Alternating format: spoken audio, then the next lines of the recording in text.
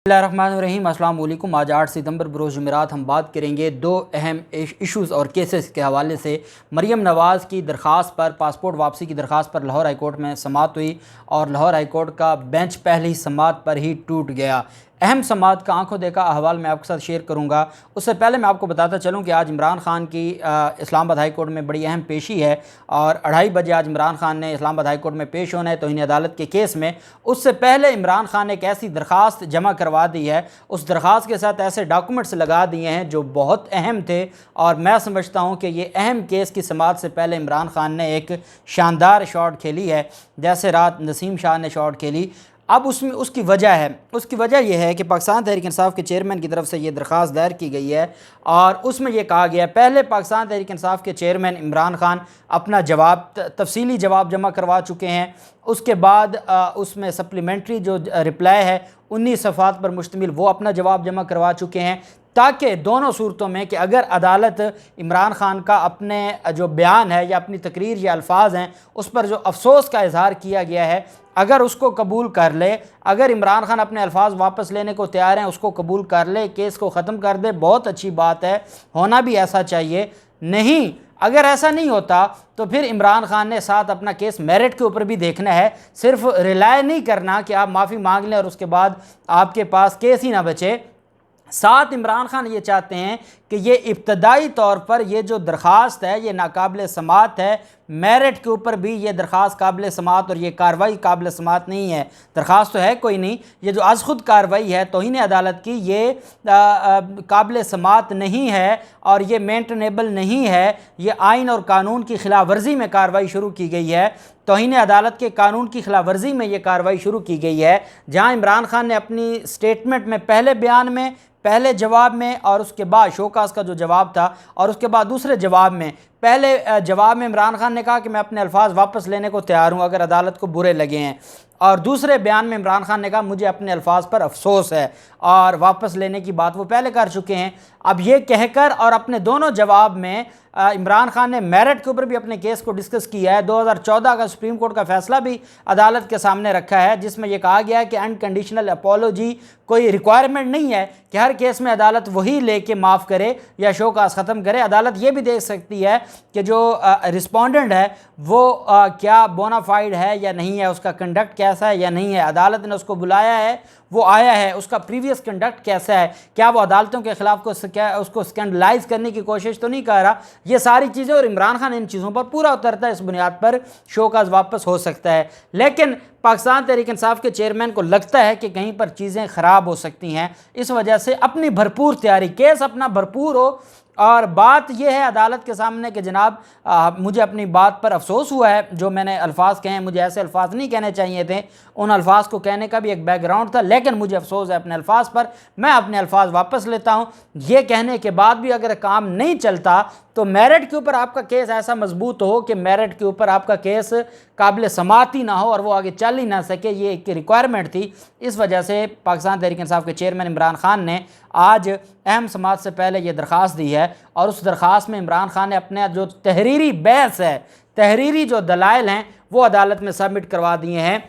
इमरान खान की तरफ से जो तहरीरी दलाइल हैं और उसमें अदालत में ये कहा गया है कि आज जो केस है मेरे ख़िलाफ़ तौहीन अदालत का केस है, इसमें मैं अपने ज़बानी दलाइल भी अदालत के सामने रखूँगा, लेकिन चूँकि आप जानते हैं कि पिछली तारीख पर भी तकरीबन 40 मिनट की समाअत थी और उसमें अतर मिनल्ला साहब ही जो हैं वो अपने रिमार्क्स देते रहे थे, तो इस वजह से पाकिस्तान तहरीक इंसाफ के वकील हामिद खान साहब ये समझते हैं कि जब भी अदालतों ने फ़ैसला देना होता है वो on the basis of reply and on the basis of written arguments. तो अगर हमारे ज़ुबानी दलाइल हमें पूरा मौका नहीं फ़राहम किया जाता या वो समझते हैं कि हमें डिटेल में ज़्यादा बात करने की इजाज़त नहीं दी जाती, तो अगर अदालत मेरिट के ऊपर भी कोई फ़ैसला करे तो अदालत के पास हमारे ज़बानी दलाइल, सुप्रीम कोर्ट के केसेस के हवाले, हाई कोर्ट के केसों के हवाले, इमरान खान का कंडक्ट, इमरान खान का अदालती जो वक़ार है, अदालती आज़ादी के लिए जो इमरान खान ने अपना किरदार अदा किया है, वो सारी की सारी चीज़ें भी हामिद खान साहब ये समझते हैं कि अदालत की फ़ाइल में लग जाएँ ताकि मेरिट के ऊपर पहले तो इंशाअल्लाह उम्मीद है कि ये वैसे ही शोकास ख़त्म हो जाएगा, मेरिट पे भी सुनते हैं तो ये केस नाकाबिल समाअत होगा। इस वजह से ये दरख्वास्त दायर की गई है और उसके साथ जो तहरीरी दलाइल हैं वो जमा करवाए गए हैं और उसमें यह कहा गया है कि समाअत में तहरीरी दलाइल की वजाहत ज़बानी दलाइल के साथ भी की जाएगी। अगर इजाज़त की तरफ से इजाज़त होगी तो जो साइल हैं या जो रिस्पोंडेंट हैं वो अपनी दरख्वास्त भी जमा करवाएंगे। मरीम नवाज़ ने पासपोर्ट वापसी की दरख्वास्त दायर की और मेरे नॉलेज में आया है कि मरीम नवाज़ के ख़िलाफ़ नैब वर्सेस मरीम सफदर, ये जो मरीम नवाज़ का फ़ैसला था, मरीम नवाज़ की जो ज़मानत चौधरी शुगर मिल केस में मंजूर हुई थी और कंडीशनल ज़मानत थी, पासपोर्ट रखने के बाद ज़मानत दी गई थी, ह्यूमैनिटेरियन ग्राउंड पर ज़मानत थी कि बाप की तीमारदारी करनी है जो सर्विसेज हॉस्पिटल में ज़िंदगी और मौत की कशमकश में है, उसके लिए ये ज़मानत दी गई थी। उस ज़मानत को उस वक्त नैब ने चैलेंज किया था सुप्रीम कोर्ट ऑफ पाकिस्तान में। ये CP नंबर है 4287/2019 और ये टाइटल्ड है एज नैब वर्सेस मरीम सफदर। ये CP नंबर है जो अपील है 4287/2019 नैब वर्सेस मरीम सफदर और ये अपील फ़ाइल की है सुप्रीम कोर्ट ऑफ पाकिस्तान में नैब ने।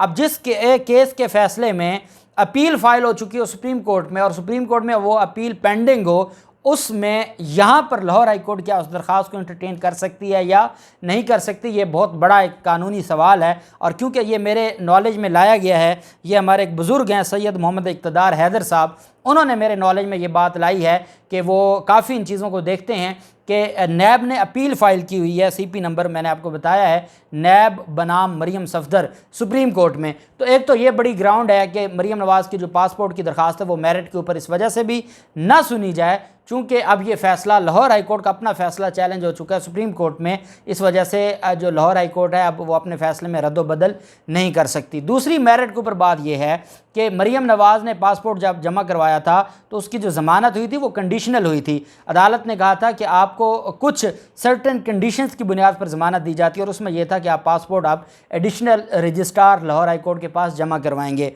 अब जब कंडीशनल ज़मानत मिली है और नैब इंक्वायरी भी अभी तक इंटैक्ट है, ख़त्म नहीं हुई, तो उसमें क्या मरीम नवाज़ को पासपोर्ट वापस दिया जाएगा? तो क्या जो ज़मानत का जो ज़मानत का ऑर्डर है वो भी ख़त्म नहीं हो जाएगा? ये बेसिकली 24 सफ़ात पर मुश्तमिल ये फ़ैसला था जो मरीम नवाज़ के ख़िलाफ़ की मरीम नवाज़ के हक़ में ज़मानत का जो फ़ैसला था जस्टिस अली बाक़र नजफ़ी साहब ने जो किया था वो 24 सफ़ात पर मुश्तमिल फ़ैसला था। अब इसमें जो अदालत ने इनको रिलीफ़ दिया था चौधरी शुगर मिल केस में, उसमें जस्टिस अली बाक़र नजफ़ी साहब ने ये फ़ैसला सुनाया था और इसमें 4 दफ़ा बेंच पहले 3 बारी बेंच पहले टूट चुका है और चौथी बार भी टूट गया था। ये दरख्वास्त थी 21 अप्रैल को पहली दफ़ा इसके ऊपर समाअत हुई थी। 21 अप्रैल 2022 को मरीम नवाज़ की पासपोर्ट वापसी की। मरीम नवाज़ ने पहले एक दरख्वास्त दी थी ECL से नाम निकालने की।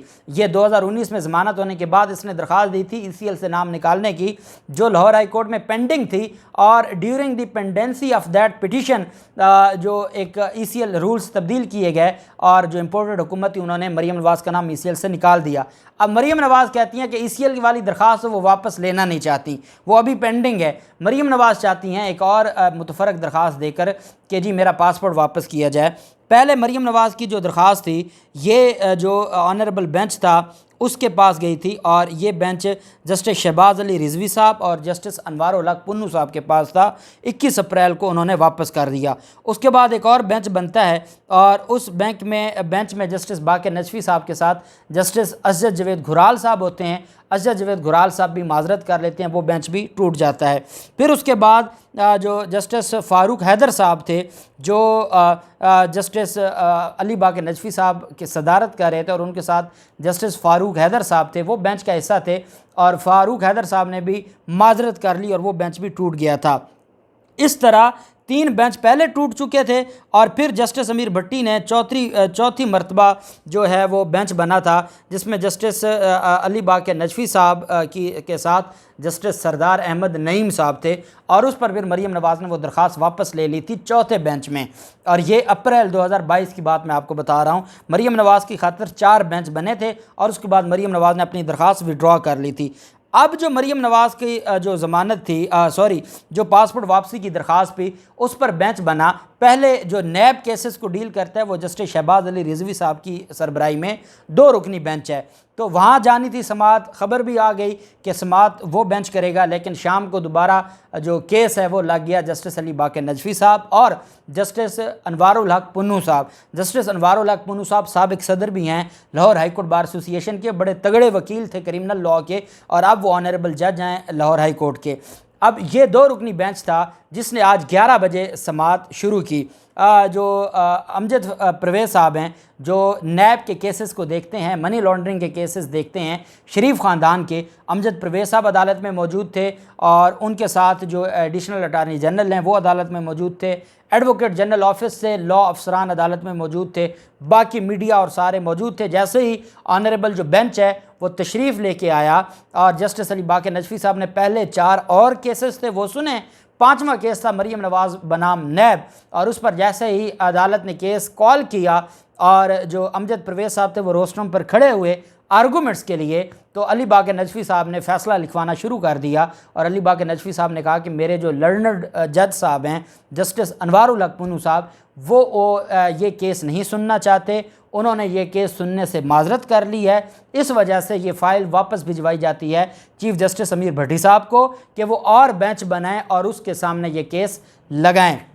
मरियम नवाज़ के केस पर समात ही नहीं हुई, बग़ैर समात के बेंच टूट गया और जस्टिस अनवारुल हक पुन्नू साहब ने माजरत कर ली। और पहले 3 दफ़ा बेंच टूटा था, चौथा बेंच बना था अप्रैल 2022 में, जिस पर फिर मरियम नवाज़ ने अपनी दरख्वास्त वापस ले ली थी। अब दोबारा यही काम हुआ और अनवारुल हक पुन्नू साहब ने माजरत कर ली। अब ये मामला भिजवा दिया गया है दोबारा जो ऑनरेबल बेंच है उसको, और ये जो मामला है ये अब ऑनरेबल जो चीफ़ जस्टिस अमीर भट्टी साहब हैं, देखें वो आज कोई नया बेंच बनाते हैं या वो कल नया बेंच बनाते हैं। और मुझे लगता है कि अली बाकर नजफी साहब के साथ ही किसी और जज साहब को इसमें शामिल किया जाएगा और वो इस केस को सुनेगा। देखते हैं मरियम नवाज़ की तकदीर का फ़ैसला, लंदन जाने का फ़ैसला क्या होता है। जो भी तफसीलात होंगी आपके साथ शेयर करते रहेंगे। अल्लाह पाक पाकिस्तान का हामी नासिर हो। बहुत शुक्रिया। अल्लाह हाफिज़। पाकिस्तान जिंदाबाद।